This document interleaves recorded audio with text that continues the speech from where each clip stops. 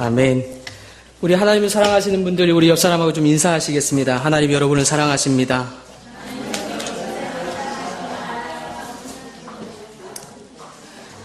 아멘. 이렇게 귀한 시간 내주셔서 감사합니다.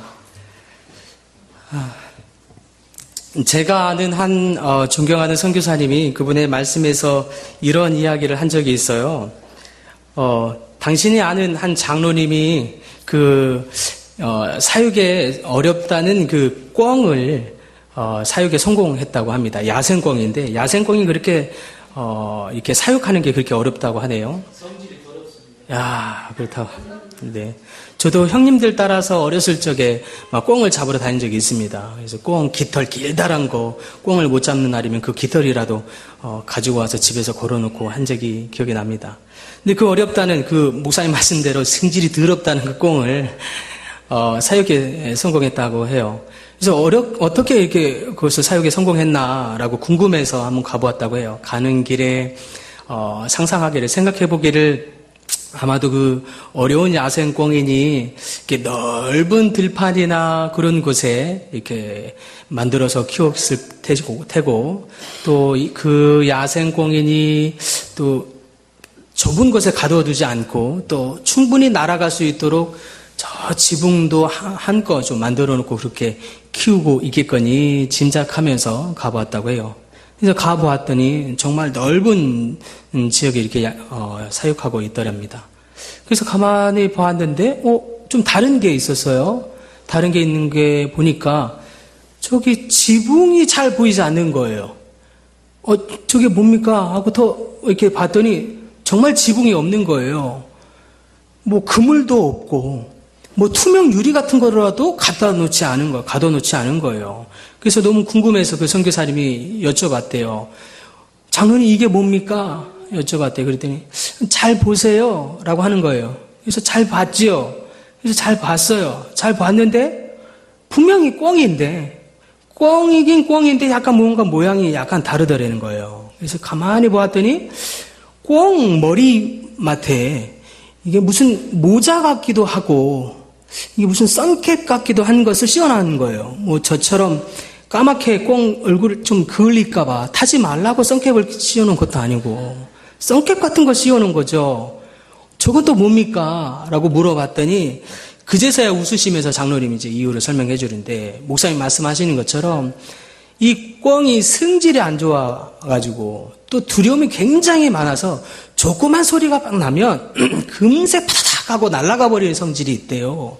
근데 또 그 꿩의 특징 중에 하나가 꿩의 시야를 막아놓으면 특별히 꿩이 날아갈 공간의 시야를 막아놔버리면 이 모자 같은 걸로 막아놔버리면 이 꿩이 소리만 나면 땅을 쳐박으려고만 하지 날아갈 생각을 하지 않는다는 거예요.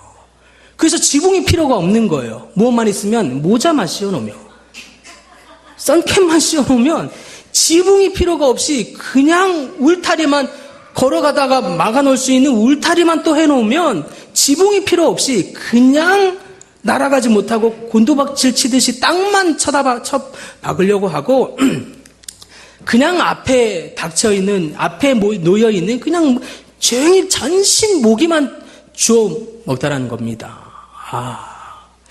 저는 이 이야기를 그분의 말씀에서 들으면서 계속 제 마음 기전에 계속 와닿는 거예요. 그리고 계속 오래도록 마음에 남았습니다.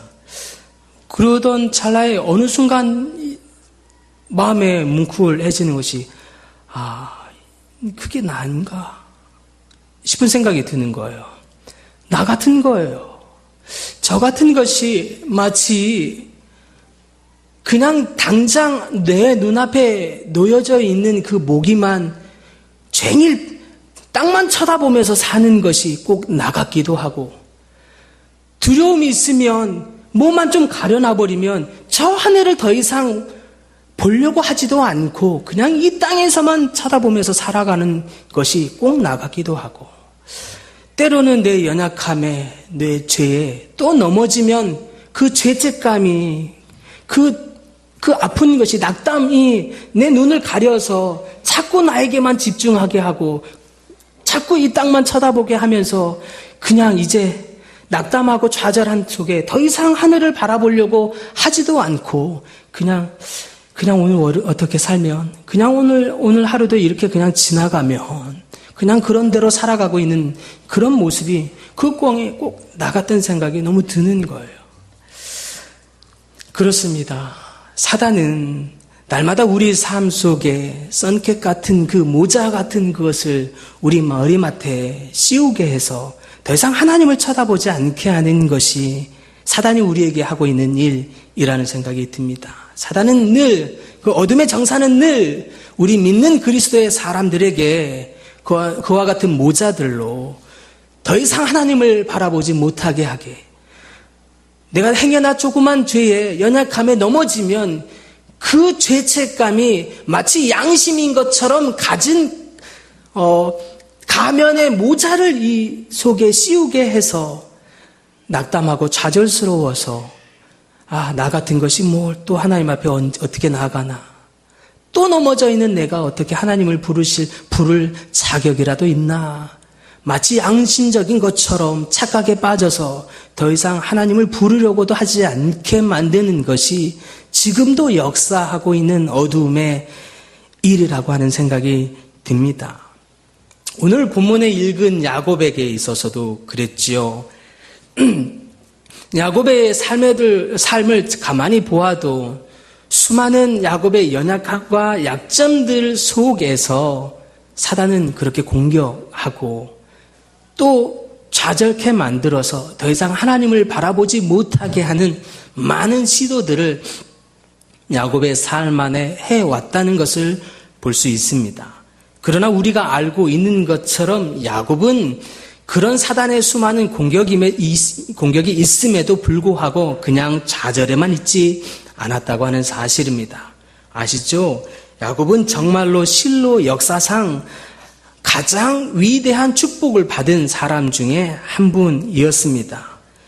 하나님의 사단의 수많은 공격이 있었음에도 불구하고 정말 이 하나님의 어떤 그 영적인 세계에 있어서만큼은 야곱처럼 놀라운 축복을 받은 사람이 없지요.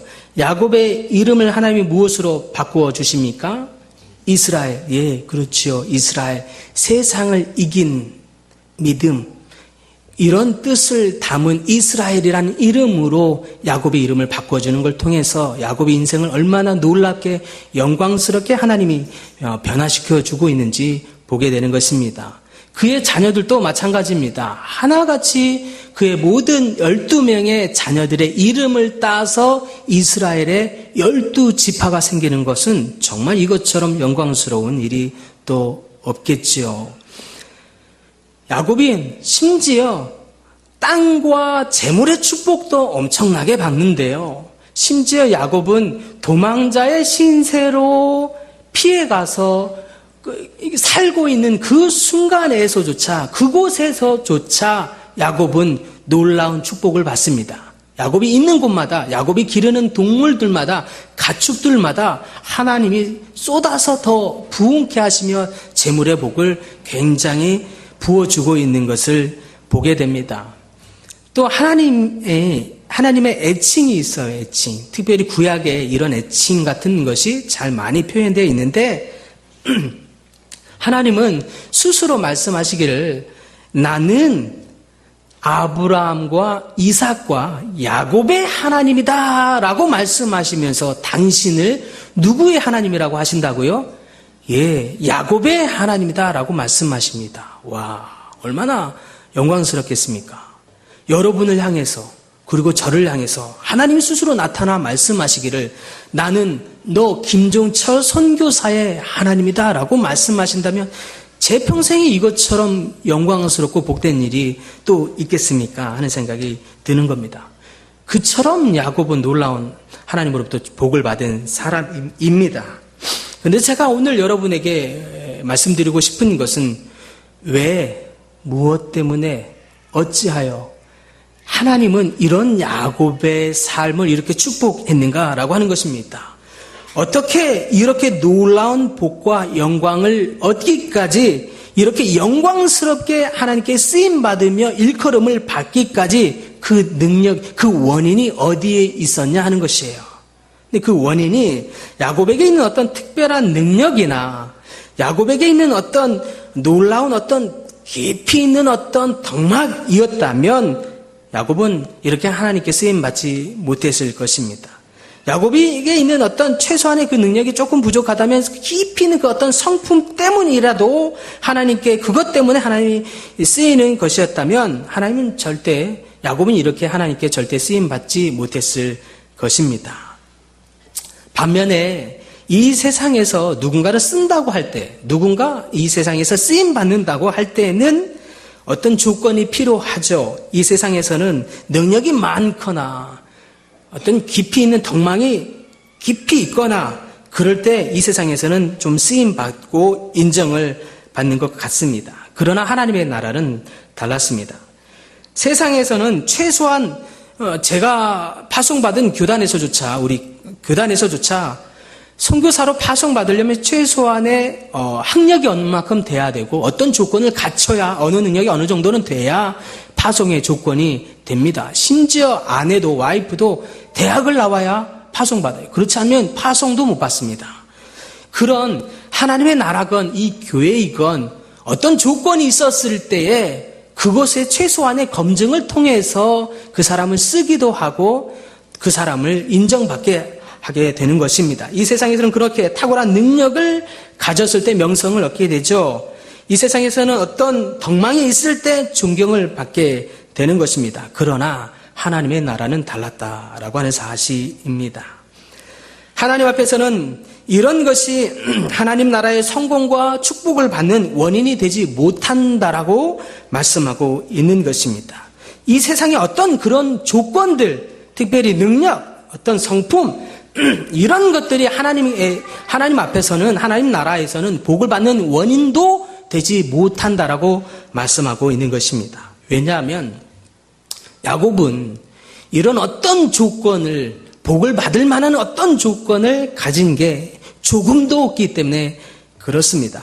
오늘 본문에 나온 그 야곱은 탁월한 능력이 절대 없었어요. 그렇다고 어떤 성품이 좋은 사람도 못 되었습니다. 여러분 잘 아실 거예요. 야곱이 태어난 순간 어떻게 태어납니까? 누구의 뒷다리를 잡고 태어납니까? 네, 형 에서의 뒷다리를 잡고 태어납니다. 무언지 모르는 태어나는 순간부터 강한 집착과 욕심 같은 것을 의미하기라도 하듯 뒷다리를 움켜잡고 태어나고 있는 것입니다. 이럴 때 우리는 싹수가 노랗다 이러죠. 어렸을 때부터 뭔가 달라요. 그렇죠? 갓난아이, 이제 막 그 태어난 이 갓난아이 손가락에 무슨 힘이 있다고 그 고사리 같은 손으로 조금도 먼저 태어나는 것을 용납하지 못할 것 마냥 움켜잡고 태어나고 있는 것입니다. 그렇게 태어난 야곱, 태어나는 순간부터 뭔지 모르는 강한 집착과 강한 욕망을 갖고 태어난 것 같은 그 야곱, 자라서도 별반 다르지 않습니다. 그는 자라서도 별로 능력이 있는 사람이 못 되었습니다. 능력이 있다라고 하면, 남자라고 한다면 마치 에서와 같이 들이고 산이고 막 뛰어다니면서 누르고 세고 꽁이고 할 것 없이 한 마리쯤은 잡아와야, 그럴 정도는 돼야 능력이 있다, 그런 정도는 돼야 남자다라고 할 수 있지 않겠습니까? 그런데 야곱에게 있어서 능력이라고 한다는 그것은 집에서 팥죽 쏘기, 집에서 부엌일하는 엄마 시다 도와주기, 이런 거. 늘 종일 어머니 치맛자락 앞에서 어머니가 들려주신 하나님 나라 이야기 듣기, 이런 것이 야곱이 가진 능력이라고 할 수 있는 거예요. 고작 그 정도였어요. 그러면서 어느 날은 조금 더 막 어머니가 들려주신 이야기에 감동을 받으면 두 손 불끈 쥐고 두 손을 모아서 부르짖어요. 주여! 그럴 때면 얼마나 보잘품이 없어 보이는지. 우리도 그래요. 날 이렇게 가만히 앉아서 그냥 주여 부르짖고 그냥 가만히 이렇게만 있어야 되는 것이 때로는 힘이 없어 보이고 연약해 보이고 답답해 보이고 느려 터져 보이는 때가 참 많이 있죠. 야곱이 그랬어요. 야곱이 그랬습니다. 그런데 하나 놀라운 것은 그렇게 어머니 치맛자락 밑에서 늘 들어왔던 그 어머니로부터 들은 그 하나님 나라 이야기들을 통해서 야곱에게 작은 변화들, 작은 어떤 마음들이 생기는데 점점 그 이야기를 들으면서 하나님 나라에 대한 그 소망함과 간절함, 또 특별히 영적인 것, 하나님 나라의 그 영적인 것에 대한 그 사모하는 마음, 장자권에 대한 그 특별히 여기는 그 마음, 그런 마음들이 이 한쪽에서 점점 자라나게 되었다라고 하는 것입니다. 그러면 그럴수록 그렇게 한쪽에서 하나님 나라에 대한 마음이 커지면 커질수록 너무너무 안타까운 거예요. 너무너무 속상한 거예요. 세상에 그 영적인 장자권이라고 하는 그것이 이렇게 귀한 것이었어? 라고 하는 마음이 자꾸 더 알게 되어진 거예요. 알게 되어지면 알게 되어질수록 더 안타깝고 괜히 억울한 마음까지 생기는 것입니다. 이렇게 놀라운 것이고 귀한 것이었다면 최소한 50대 50 정도는 나누어져야 되는 거 아닙니까? 그 정도도 아니면 오늘 전사님이 말씀해 주신 것처럼 장자에게는 뭔가 조금 더 뭔가 많이 준다면 그러면 조금 더 70대 30 정도는 그런 정도는 조금 할당량이 차자에게도 좀 있어야 될 거 아닙니까? 하는 마음이 드는 거죠. 너무 억울한 거예요. 그런데 이 장자권이라고 하는 것이 그런 게 아니라는 거예요. 그렇게 나눌 수 있다는 것이 아니라는 거예요. 얼마나 그게 참 매몰차게 느껴지는지 그렇게 억울해하던 찰나에 어느 날 형 에서가 사냥을 나갔다가 배고픈 배를 움켜잡고 들어오는 것입니다. 아니나 다를까 이 틈을 놓치지 않는 것이에요. 너무너무 배가 고파서 움켜잡고 들어오는 형의 에서의 모습을 보면서 측은히 여기며 국률이 여기는 것이 아니라 잘 됐구나. 이 틈을 자신이 그토록 배 아파했던 자신이 그토록 갖고 싶어 했으나 가질 수 없는 그것을 가질 수 있는 절호의 찬스로 여기는 굉장히 머리가 빠른 사람인 거죠. 그러면서 아니나 다를까 그 틈을, 그 새를 놓치지 않는 것입니다. 저로에게 기회가 온 것이라 생각한 거죠. 달콤한 팥죽 한 그릇으로 냄새만 맡아도 환상적일 것 같은 그것을 며칠 동안 굶은 사람 앞에 이렇게 딱 놔뒀으니 그거 어떻게 됐겠어요? 아무리 그 영적인 것이 장자권이라고 하는 그것이 뛰어나고 엄청난 것이 있다고 할지라도 지금 당장 배고픔을 해결해 주지는 못하잖아요. 그렇잖아요? 지금 우리가 하나님의 약속을 받은 자녀이다. 우리가 막 폼 잡고 멋지게 우리가 믿음으로 막 예배하고 주여 해도 지금 당장 배고픔을 해결해 주지 못할 때가 많잖아요. 지금 당장 기도하면 하나님 쏟아질 것처럼 우리가 믿음을 붙여잡고 기도해도 당장 응답이 되지 않을 때가 많잖아요. 왜래요? 저만 그랬어요? 그럴 때면 참 이거 그림의 떡 같기도 하고 이게 참 하나님이 있는 건지 없는 건지 참 헷갈렸다가 막 왔다 갔다 제정신이 왔다 갔다 해지는 때가 사실 있는 거죠. 근데 그래도 그렇죠. 우리가 이때 그냥 이렇게 살짝 지나가 버리면 안 돼요. 잘 깊이 좀 한번 생각해 볼 필요가 있다는 생각이 드는 거예요. 그래도 그렇죠. 말씀 속에 보아하니 에서는 좀 단순한 사람인 것 같아요. 그래서 그냥 지금 당장 내가 배가 고파요. 배가 고프고 당장 장자권이 해결해 주지 못하잖아요. 배고픔을. 그건 어때요? 해결해주는, 당장 배고픔을 해결하고 나서야 그 장자권도 그 다음에 얘기고, 하지 않겠습니까? 그래서 아무 개념이 없이 그냥 단순하게 장자권을 팔 수 있었어요, 에서는. 그런데, 그래도 그렇죠. 에서는 이렇게 단순하고, 무식하고, 즉흥적이고, 별로 개념이 없어서 이렇게 장자권을 팔았다고 할 수 있습니다. 그러나, 이게 팥죽 한 그릇하고 장자권이 비교가 되는 것입니까? 여러분 아시죠?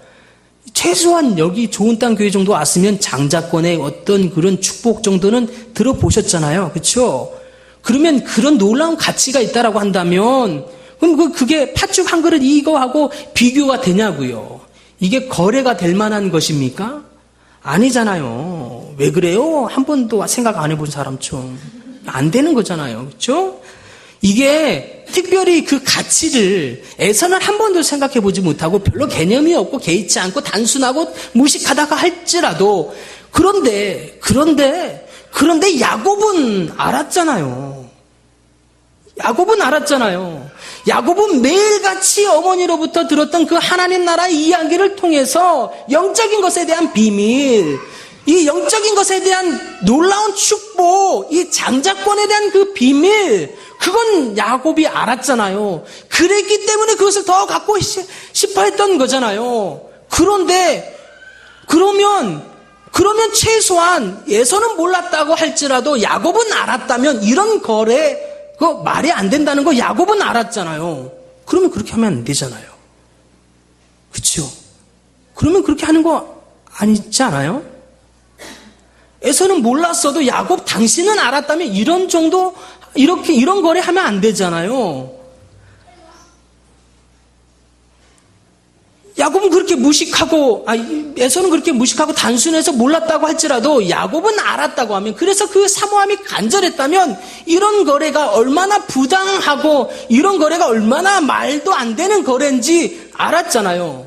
최소한 이렇게 야곱이 하나님 앞에 복을 받은 사람이라면 최소한의 이런 거래를 할 만큼의 양심을 내다 팔면 그런 정도의 양심은 가지고 있어야 되는 거 아니에요?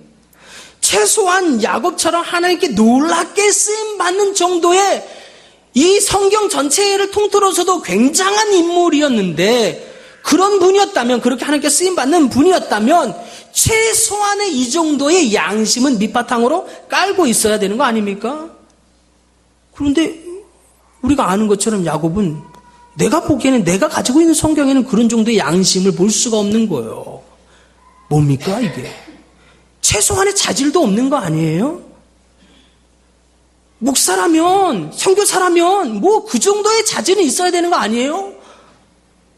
최소한 그리스도인이라면 세상에서 이 정도의 자질은 있어야 되는 거 아니에요? 생각이 드는 거예요. 저 정도도 아니고 저랑 비교할 수 없을 만큼 그렇게 하나님께 쓰임받는 사람이라면 그런 정도의 덕막은 정도 쌓아놓고 있어야 되는 거 아니에요? 야곱에게는 그런 것을 찾아볼 수가 없는 거예요. 공정거래요? 에이, 그런 게 어디 있습니까? 내가 갖고 싶은데. 부당한 거래라고요? 아유, 그런 게 어디 있습니까? 이 귀한 것을 가질 찬스가 왔는데. 목적이 좋으면 수단과 방법이야 적당하게 하나님도 조금 이해해 주실 때가 우리 삶이 있잖아요. 아시죠? 그래요? 우리 세상의 질서? 세상 안 살아보신저요? 아시잖아요. 이 세상에서도 이렇게 목적이 좋으면 난 돈 열심히 벌고 많이 벌어서 나 헌금하면 되죠? 나 로또 사가지고 나 헌금 조금 할 거예요. 그러면 되죠. 로또가 나쁘다는 얘기 절대 아닙니다. 오해하지 마세요. 어떻게든 그냥 벌어서 주일날 잠깐, 이게 오늘 주일날 만나면 거래 성사되면 이거 끝내거든요. 끝장이에요. 그럴 때 주일날 한번 쉰다고 하나님 그렇게 쫀쫀하고 하나님은 그런 분 아니잖아요. 그때 하나님도 동시에 눈 찔끔 감아주잖아요. 왜 그래요? 한 번도 주일날 안 빠져본 사람처럼 그러잖아요, 하나님. 당장 우리가 살짝 거짓말 한다고 그걸 가지고 쫀쫀하게 너 거짓말했다 죽었어 이러면서 갑자기 하나님 치시, 그런 분 아니잖아요. 우리가 눈 감을 때요 하나님 동시에 같이 감아주시는 것 같은 그 있잖아요. 여기 다 경건하신가 봐. 한 번도 경험해보지 않은 분이신. 그냥 우리가 눈 감으면 내가 하나님 이거 영적인 것을 사모해서 그런 거예요. 그래서 내가 잠깐 살짝 거짓말하고 그거 영적인 것인데 이러면 되지 않겠어요? 하는 마음이 드는 거죠.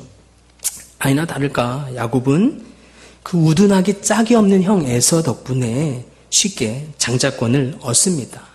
그림에 떡같이 여겼던 그 개념 없는 형 에서 덕분에 장자권을 얻은 거죠. 이렇게 어렵게? 어쩌면 좀 쉽게? 모르겠어요. 이렇게 얻었어요. 근데 문제는 계속되는 거예요. 장자권을 확보해 놓긴 놓았는데 문제는 또 계속된다는 것을 보게 되는 거죠. 문제는 아버지 에서가 떡하니, 아버지 에서? 아버지 이삭이 떡하니 버티고 있는 거예요. 아버지 이삭의 마음은 여전히 누구에게 있어요? 형 에서, 장자 형 에서에게 있는 거예요. 저분의 마음이 지독스럽게 바뀌지 않은 거예요. 이렇게 바뀌지 않으니 늘 야곱은 축복권을, 장자권을 얻긴 얻었어도 한쪽에서는 찜찜한 구석이 또 있는 거예요. 왠지 모르는 찜찜함과 불안함이 계속되는 거예요.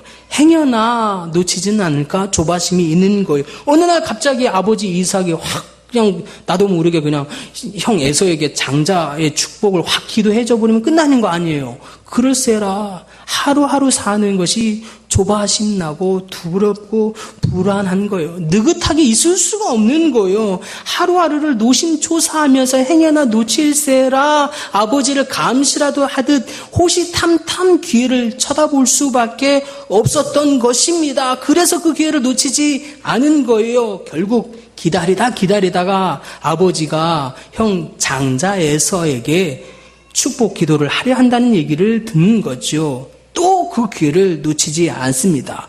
호시탐탐 이날을 얼마나 기다렸는데요.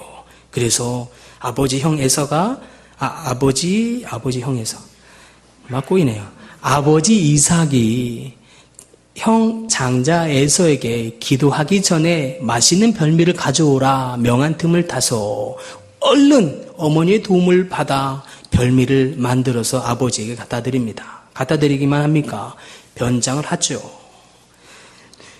눈이 별로 좋지 않은, 눈이 잘 보이지 않는 아버지의 약점을 너무나 잘 아는 야곱은 그 다른 사람의 약점을 교묘하게 잘 이용해서 가슴이 터질 것 같은 그 마음을 부여잡고 콩닥콩닥 뛰는 가슴을 부여잡고 아버지 이삭에게 가서 목소리까지 변장하고 몸까지 다 변장을 한 이후에 아버지 이삭의 약점을 이용해서 속이고서 결국에는 당신이 원하는 것은 결국 얻어내고야마는 야곱을 보고 있는 것입니다.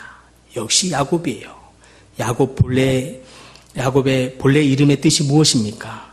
간교하며 속이는 자. 역시 야곱의 이름 그 뜻 그대로 살고 있는 것을 보고 있습니다. 보세요. 야곱은 정말로 연약했어요.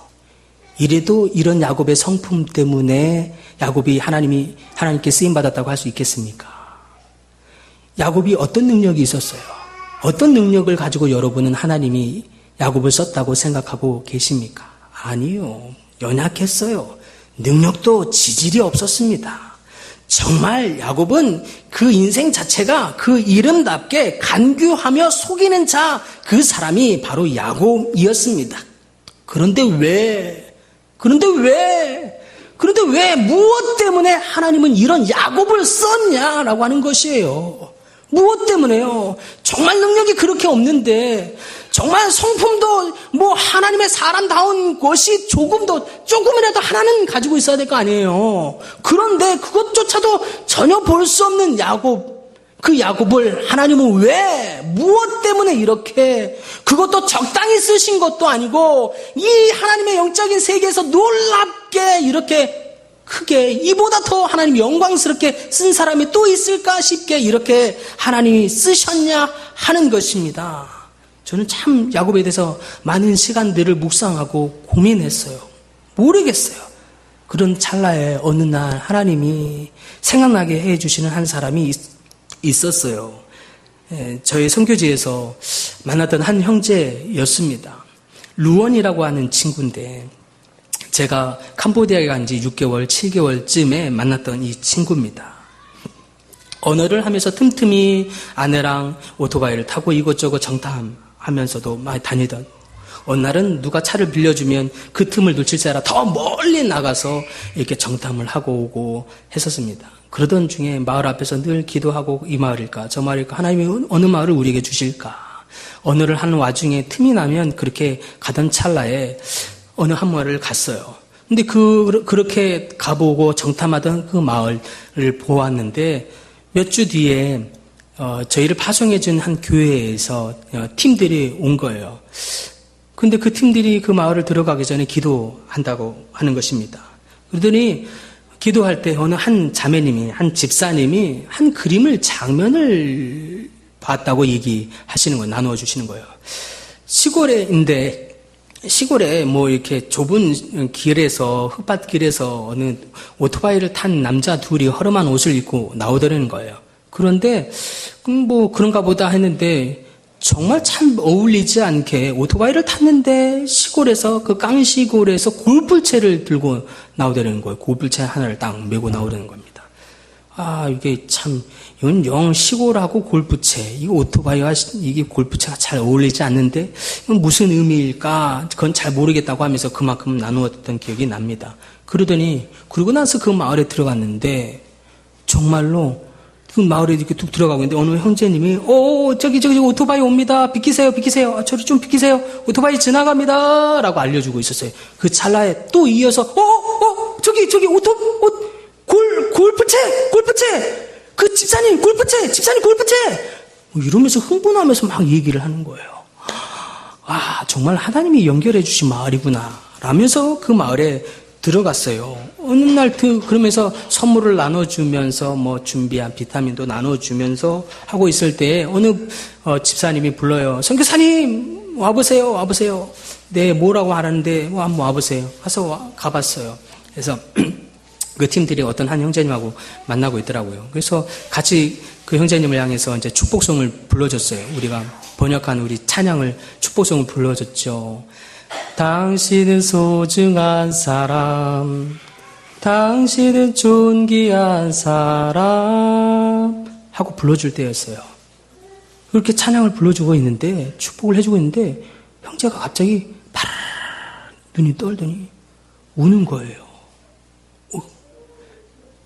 그래서 정말 이게 말을 겨우 손짓발짓 하고 있는데 뭐라고 기도했는지도 모르게 캄보디아 말 했다가 막히면 한국말 했다가 막 기도를 형제님한테 해줬어요. 형제님이 다른 거예요. 그래서 이 형제님은 이렇게 그냥 내버려둬서는 안 될 것 같은 거예요. 혹시 매주 만나실 의향이 있냐고. 그러고 싶다는 거예요. 그래서 양육을 시작했어요.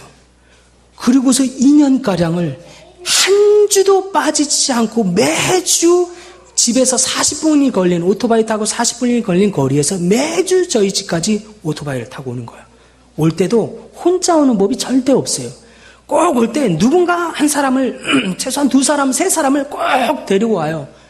좀 들으라는 거예요. 들어보라는 거예요. 내가 이렇게 좋은데, 이렇게 모르냐는 거예요. 같이 가자는 거예요. 그러면서 매주 데리고 옵니다.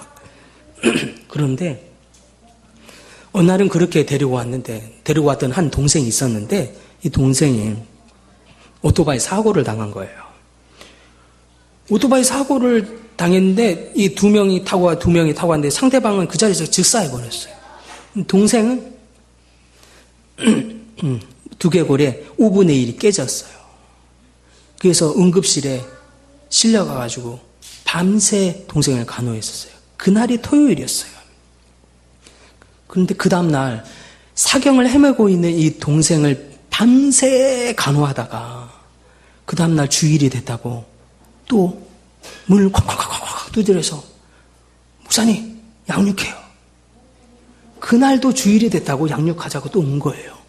그런데 그날은 또 심지어 병원에서 왔다고, 시내에 있는 병원에서 왔다고, 더 빨리 왔다고, 더 일찍 와서 양육하자고 하는 거예요. 그러면서 동생이 얘기를 하는 거예요. 막 진짜 제가 어떻게 무슨 말을 해야 할지 모르면서 양육을 했던 적이 한두 번이 아니에요.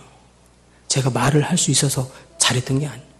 제가 양육을 하면 무엇을 했겠습니까? 내가 말도 안 되는 말을 얼마나 많이 했겠습니까? 그런데도 와서 눈을 크게 뜨고 와서 양육하자고 한 주도 빠지지 않고 와 있는 그 형제의 간절함. 저는 그 형제의 간절함 때문에 제가 눈물이 날 때가 한두 번이 아니었죠. 그 형제가 제가 여기 한국에 다시 나오기 전에 한 달 전에 3월 달에 드디어 세례를 받았어요. 제가 간지 3년, 만 3년 지나고 4년째 지금인데 4년째 만에 처음으로 세례 한 명 주었어요. 그 한 명을 위한 세례를 저희는 특별하게 더 크게 잘 갖고 싶었어요. 세례를. 그래서 시내에서 3시간, 4시간 떨어진 바닷가 같이 가가지고 세례를 베풀었습니다. 세례를 베푸는데 그때 함께 가신 사람이 93명이에요. 마을이 53가구밖에 안 돼요. 53가구가 밖에 안 되는데 세례 간다니까 60여 명의 어른들과 30여 명의 아이들이 딸려와서 93명이 세례하러 간 거예요. 저는 바닷가까지 가긴 가도 조촐하게 봉고 하나 빌려서 가려고 했거든요. 일이 커져버린 거예요. 아, 남자가 내뱉는데 어떻게 이거 또 가자고 했는데 이거 큰일 났네. 내가 이렇게 많이 갈지 그 사람들이 어디서 이렇게 기어나온 건지. 매주 예배 드리는 건 어른들 고작 한 20명, 많은 20명 되고 왔다 갔다 했는데 어디서 있었던 거야 이 조그만 마을에. 다 나와서 세례.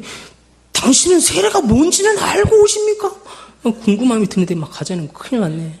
그런데 어느 날 어떤 분이 팀에 와서 1,000불 100만 원 헌금하고 가는 거예요. 저희 90만 원 들었어요. 900불 들었어요. 정확해요.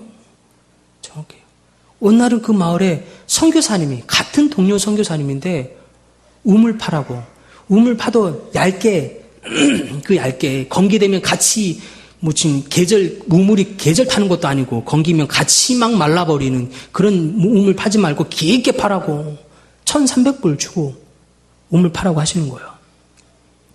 뭐 때문에 하나님이 이 친구에게 이렇게 하나님의 은혜를 베풀어 주는지 다른 사람은 몰라도 저는 너무너무 알겠어요. 오늘 날 예배하다가 성도들이 자꾸 늘어나고 애들은 많아지고 애들이 자꾸 많아지니까 어른들이 이거 애들 모임인가 하고 어른들이 자리를 비켜주고 안 나오는 거예요. 아, 이게 안 되겠다. 분리를 해야 되겠다. 어른들 예배와 아이들 분리했어요. 그래서 어른들 예배를 어느 한 과부집에서 하고 있었죠. 근데 어느 날 한 번도 보지 못했던 그 남편이라고 하면서 왔어요. 남편 죽은 거 아니었냐? 3년 반 전에 사랑이 주체할 수 없도록 넘쳐서 다른 한 분을 더 사랑하느라고 다른 분을 사랑하다가 3년 반 만에 왔다는 거예요.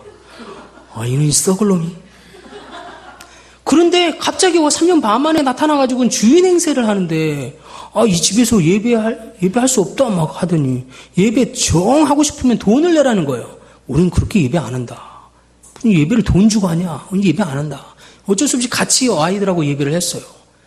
그런 찰나에 너무너무 안타깝게 여기는 이 형제가 그 몇 명 안 되는 그 성도들과 함께 모아서 쉬는 날, 이번처럼 연휴가 있는 날 놀러 가는 게 아니라 고향집으로 가는 게 아니라 놀러 가는 게 아니라 그 성도들을 모아가지고 여기처럼 이렇게 뒷마당에 수풀이 웅성한 곳을 잘라다가 다 해다가 평평하게 만들어가지고 거기다가 원두막을 하나 지어서 목사님 여기서 예배해요. 여기서 예배하자고. 20명, 1,000명 꽉 차서 막 들어갈 틈이 없는 조그만 아주 진짜 허름하고 이게 막 대나무로 엮고 막 대나무 잎으로 진짜 이게 그런데 그걸 보고 있는데 눈물이 나는 거예요. 와. 멋들어진 어떤 교회보다 평일엔 텅텅 비어있는 어떤 교회, 멋들어진 그 교회들보다 이 허름하고 조그맣게 짝이 없는 대나무로 지어진 이 조그만 이 교회가 이 형제의 이 간절함에서 맺어지고 있는 이 교회가 내 가슴 속에서 막 뜨거운 눈물이 나는데 내 안에는 벌써 울고 있는 거야. 이 교회를 보면서 같이 눈물이 나는 거예요. 하나님이 왜 이 형제의 삶에 이렇게 은혜를 부으시는지 저는 너무 알 것 같아요. 야곱 정말 연약했어요. 도대체 무엇 때문에 하나님 앞에 이렇게 쓰임 받을 수 있었는지 도무지 알 길이 없는 사람이에요. 정말 저는 고민 많이 했어요. 이해를 못하겠어요. 해답을 찾을 수가 없었어요. 어느 날 이렇게 묵상하고 있는데 하나님 저에게 묻는 것 같은 거예요. 야곱이 연약하냐? 야곱이 연약하냐? 그럼요. 모르셨어요? 모르셨어요? 하나님이 야곱의 하나님이라며. 야곱 연약하죠. 너무 연약하죠. 대답했죠. 그럼 너는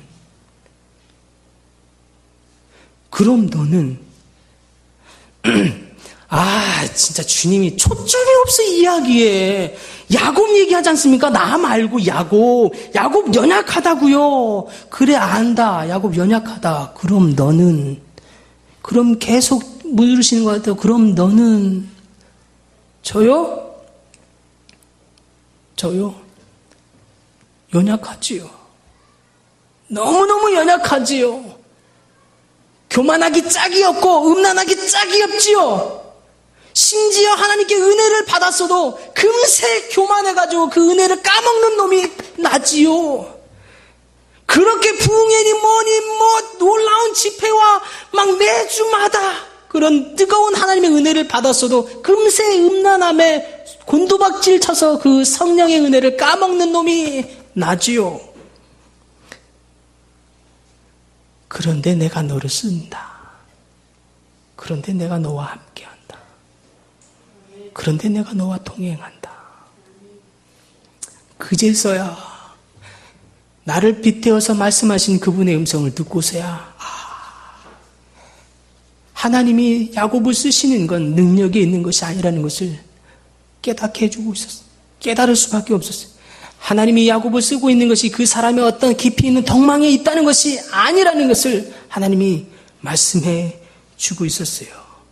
야곱은 정말 죄성이 가득한 사람이었어요.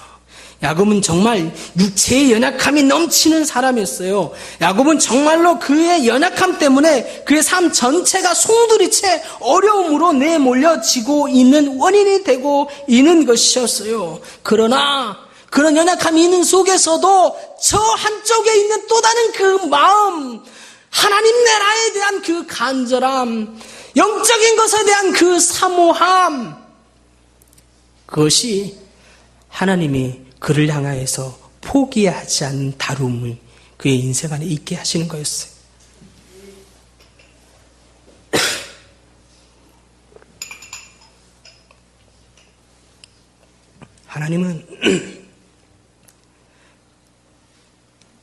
하나님은 야곱에게 있는 그 하나님 나라에 대한 그 간절함, 그것 때문에 야곱을 향한 하나님의 시선을 한시도 떼지 않고 있었던 것입니다. 하나님은 야곱에게 있었던 그 하나님 나라에 대한 영적인 것에 대한 그 간절한 소망함 때문에 야곱에게 또 다르게 있었던 그 육체의 죄성, 연약함을 다루시기로 작정하신 거예요.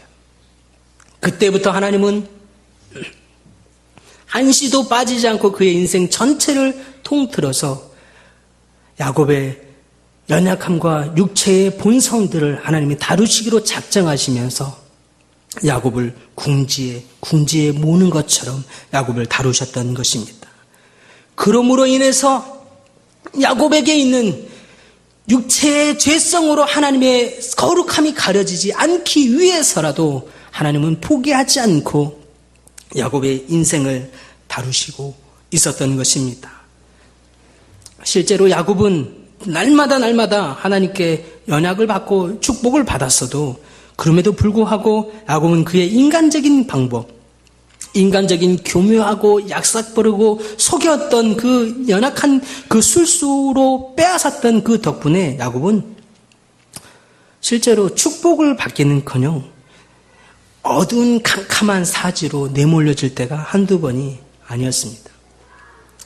목적만 좋으면 방법과 수단이야 어찌됐든 괜찮다는 이 세상의 논리, 이 세상의 그 삶의 방식들, 그걸로는 하나님의 나라를 이룰 수 없다는 그 하나님의 철칙과 같은 그 원칙들 때문에, 거룩성 때문에 하나님은 야곱에게 있는 그 간절한 소망은 이뻐하시고 좋아하시며 기뻐하셨어도 또 다르게 있는 그 죄성의 육체의 본성들을 하나님이 다루시기로 결정하시면서 그 작은 죄성의 일부분이라도 하나님이 빼낼 일을, 끄집어낼 일을 하나님이 하시고 있는 것이었습니다. 그러므로 인해서 하나님이 야곱의 삶 안에 더 깊이 들어오기 시작한 것입니다. 야곱은 그랬을 것이에요. 하나님, 지금 이제 축복기를 드디어 받았는데, 드디어 내가 그토록 소망했던 이 영적인 비밀이 있다고 하는 그 축복 기도를 드디어 받았는데, 와, 이제는 이젠 끝나는 거네. 그렇게 어렵게 조마조마하면서 세월을 막 그런 시간을 보내다가 드디어 축복 기도를 받았어요. 따끈따끈해졌어요. 그러면, 와, 이제 끝난 줄 알았는데, 축복 기도를 받자마자 오히려 축복이 쏟아지는 것이 아니라 어두운 사지로 내몰려지는데 이게 뭐냐고요. 하나님, 이런 거였어요? 고작 이런 것이었습니까? 그 놀랍다고 하는 그 영적인 비밀이 있다고 하는 그 축복의 축복권이 이런 것이었어요? 하나님, 이렇게 어려운 때 나를 보호해 주지 않으면 언제 보호해 주시려고 합니까? 내 인생이, 내 생명이 왔다 갔다 하는 때가 아니면 내 인생에 이렇게 어려운 때가 또 언제 있겠습니까? 하나님의 보호와 하나님의 어떤 영적인 것이 발휘되려면 이런 때 발휘돼야 되는 거 아닙니까? 이런 때 발휘되지 않고 이런 때 하나님이 나타나시며 이런 때 나를 보호해 주지 않으시면 언제 보호해 주시려고 하는 거예요? 하나님, 언제 보호해 주셔서 하나님이 내 생명의 위기 가운데 하나님 나를 안전하게 거하실 것이냐고요? 그런데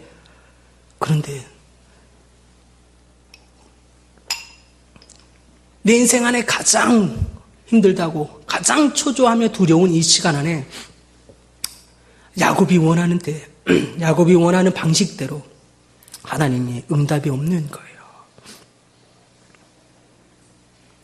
형 에서로부터 죽음의 위기에 내몰려지는 그 순간 마른 떡 덩어리 한 덩이 들고 나와서 광야에서 부들부들 떨고 그동안 늘 나를 보호해 줬던 어머니의 치맛자락도 없는 그 어머니의 품도 이제 떠나버리고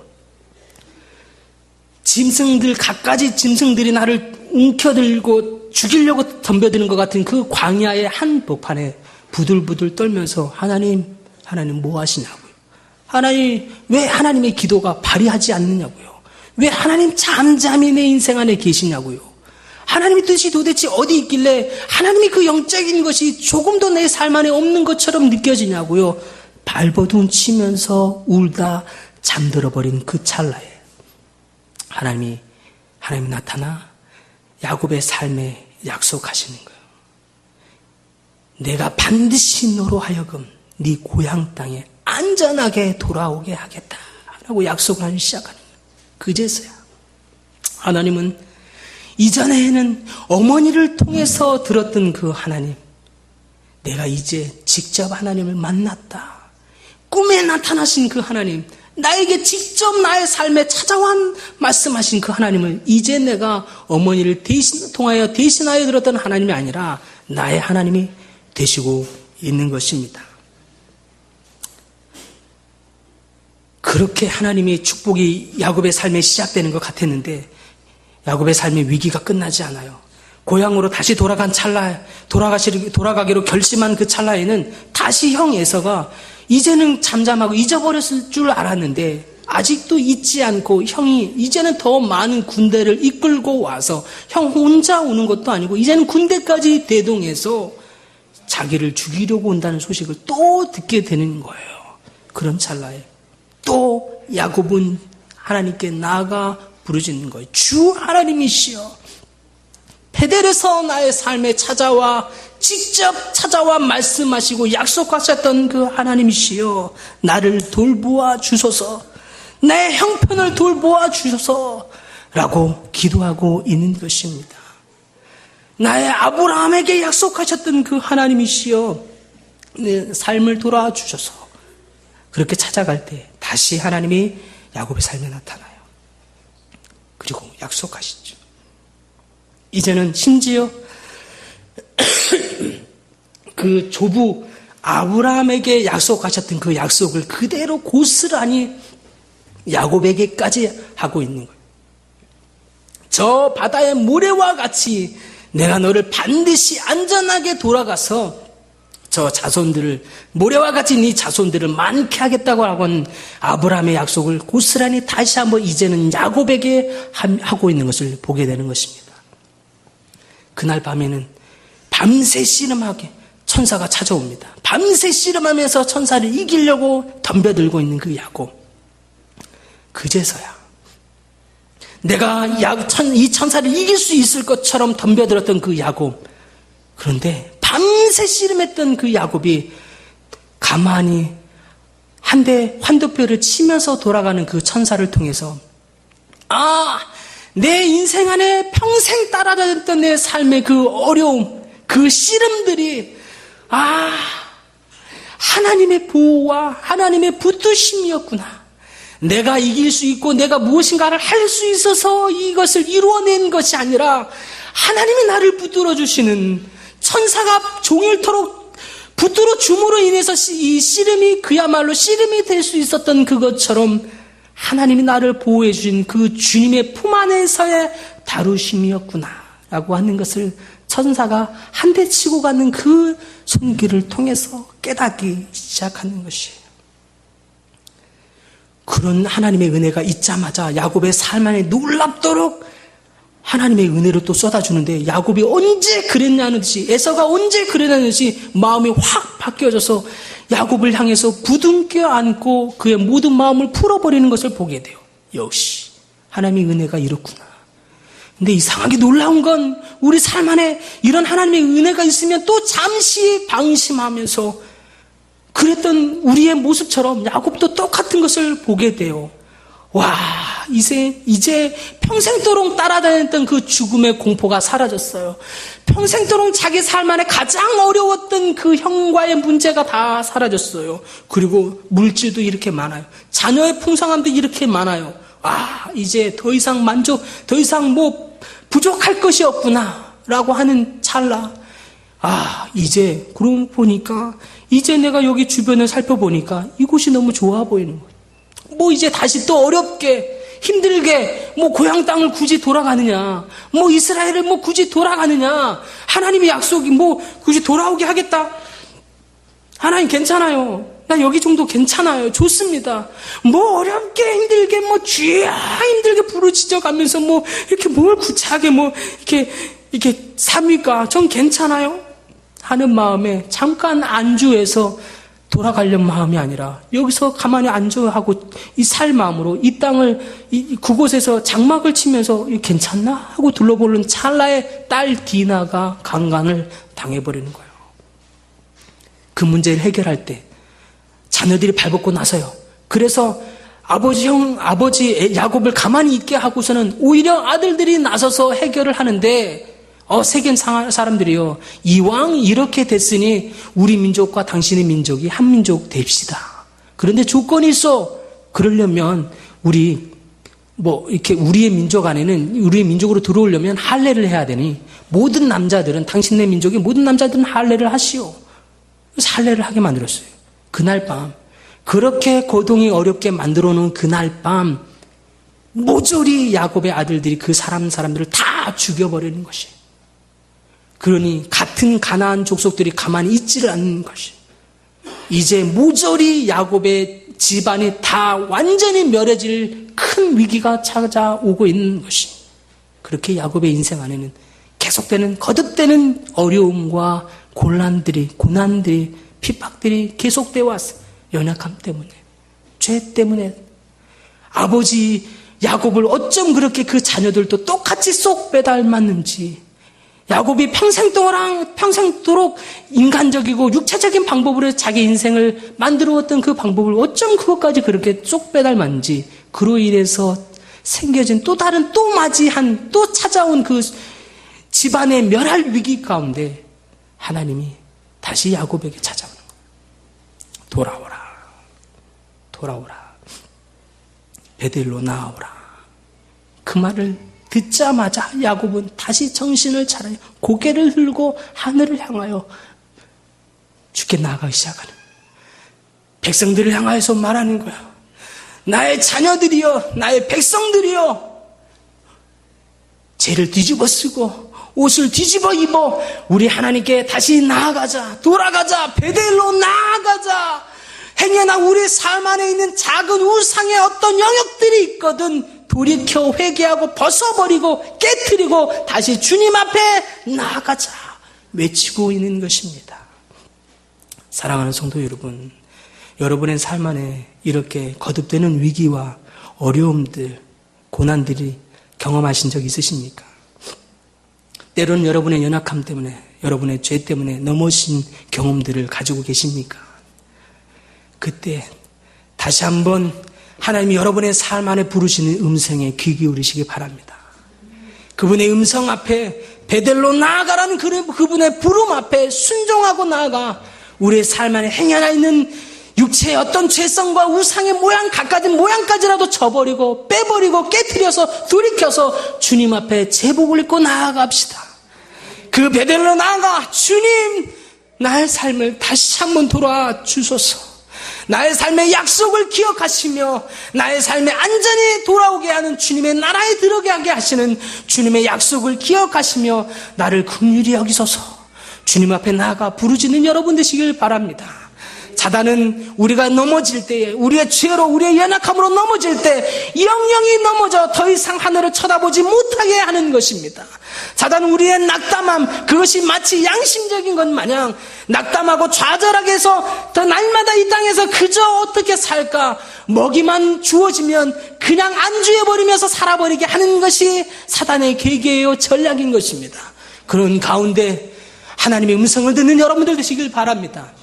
여러분이 넘어졌을 때라도, 여러분이 죄를 가운데 있을지라도, 여러분의 연약함이 여러분의 삶 안에 날마다 따라다닌다 할지라도, 그때라도 여러분을 향하여서 부르시는 하나님의 음성을 듣고 나아가 베델로 나와 주님의 이름을 부르는 여러분들 되시기를 소망합니다. 기도하겠습니다.